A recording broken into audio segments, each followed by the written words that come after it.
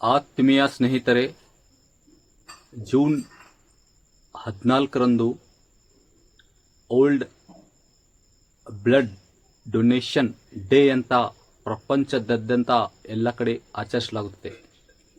ಇದರ ಮುಖ್ಯ ಉದ್ದೇಶ ಅಂದರೆ ಬಹಳಷ್ಟು ಜನರಿಗೆ ಕೆಲವೊಮ್ಮೆ ರಕ್ತದ ಅವಶ್ಯಕತೆ ಇರುತ್ತದೆ.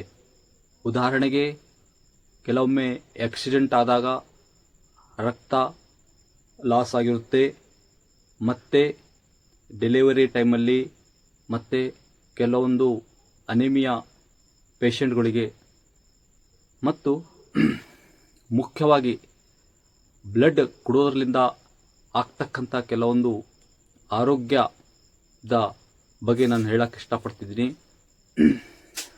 ಬ್ಲಡ್ಡು ಡೊನೇಟ್ ಮಾಡೋದ್ರಿಂದ 48 ಗಂಟೆಯಿಂದ 128 ದಿನದಲ್ಲಿ ಬ್ಲಡ್ಡು ಹೊಸದಾಗಿ ರಿಪ್ಲೇಸ್ ಆಗುತ್ತದೆ.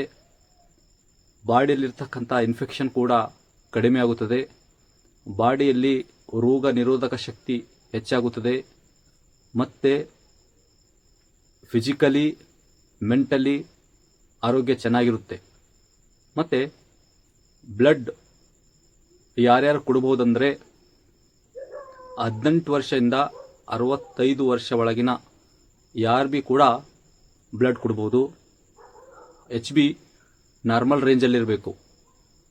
ಮತ್ತು ಅವರಿಗೆ ಯಾವುದೇ ಇನ್ಫೆಕ್ಷನ್ ಆಗಿರ್ತಕ್ಕಂಥ ರೋಗಗಳು ಇರಬಾರ್ದು.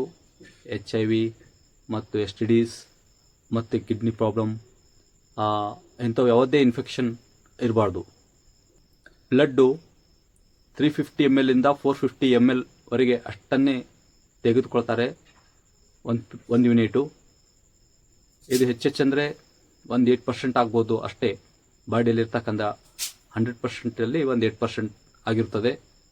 ಬಾಡಿಯಲ್ಲಿ RBC, WBC, ಪ್ಲೇಟ್ಲೆಟ್ಸ್, ಪ್ಲಾಸ್ಮಾ ಇದೆಲ್ಲ ಬ್ಲಡ್ ಡೊನೇಷನ್ ಮಾಡೋದ್ರಿಂದ ಬ್ಲಡ್ ಬೋನ್ ಮ್ಯಾರೋನಲ್ಲಿ ಪ್ರೊಡಕ್ಷನ್ ಚೆನ್ನಾಗಾಗುತ್ತೆ. ಅದರ ಸಾಮರ್ಥ್ಯವನ್ನು ಹೆಚ್ಚುತ್ತೆ. ಆವಾಗ ಬೋನ್ ಮ್ಯಾರೋ ಹೆಚ್ಚು ಬ್ಲಡ್ ಪ್ರೊಡಕ್ಷನ್ ಮಾಡುತ್ತಿರುತ್ತೆ. ರಕ್ತದಾನ, ಮಹಾದಾನ, ಅದರಿಂದಾಗಿ ತಾವು 3 ತಿಂಗಳಿಗೊಮ್ಮೆ ರಕ್ತದಾನವನ್ನು ಮಾಡಬಹುದು. ಯಾವಾಗಲೂ ರಕ್ತದಾನ ರಿಜಿಸ್ಟರ್ ಬ್ಲಡ್ ಬ್ಯಾಂಕಿಂದನೇ ಮಾಡಬೇಕು. ಕೆಲವೊಂದು ಅನಾಹುತಗಳನ್ನು ತಪ್ಪಿಸ್ಬೋದು. ಬ್ಲಡ್ ಡೊನೇಷನ್ ಮಾಡೋಕ್ಕಿಂತ ಮೊದಲು ಆಲ್ಕೋಹಾಲ್ ತೆಗೆದುಕೊಳ್ಬಾರ್ದು, ಸ್ಮೋಕಿಂಗ್ ಮಾಡಬಾರ್ದು, ಊಟ ಮಾಡಿರಬೇಕು. ಬ್ಲಡ್ ಆದಮೇಲೆ ಕೆಲವೊಂದು ಮೆಡಿಸಿನ್ ಕೂಡ ತೆಗೆದುಕೊಳ್ಬಾರ್ದು. ಎಮರ್ಜೆನ್ಸಿ ಇದ್ದಲ್ಲಿ ಮಾತ್ರ ತೆಗೆದುಕೊಳ್ಬಹುದು. ರಕ್ತದಾನ ಮಾಡೋದ್ರಿಂದ ಬೇರೆಯವರ ಜೀವವನ್ನು ಕಾಪಾಡಬಹುದು. ಕೆಲವೊಬ್ಬರಲ್ಲಿ ಭ್ರಮೆಗಳು ಇದ್ದಾವೆ, ರಕ್ತ ಕೊಟ್ಟರೆ ನಾವೇನೋ ವೀಕ್ನೆಸ್ ಆಗ್ಬೋದೇನಂತ. ಹಾಗೇನಿಲ್ಲ.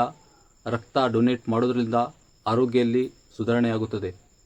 ಮುಂದೆ ಆರೋಗ್ಯವಂತರಾಗಿರಲು ಇದೊಂದು ಒಳ್ಳೆಯ ಉದ್ದೇಶ ಆಗಿರುತ್ತದೆ.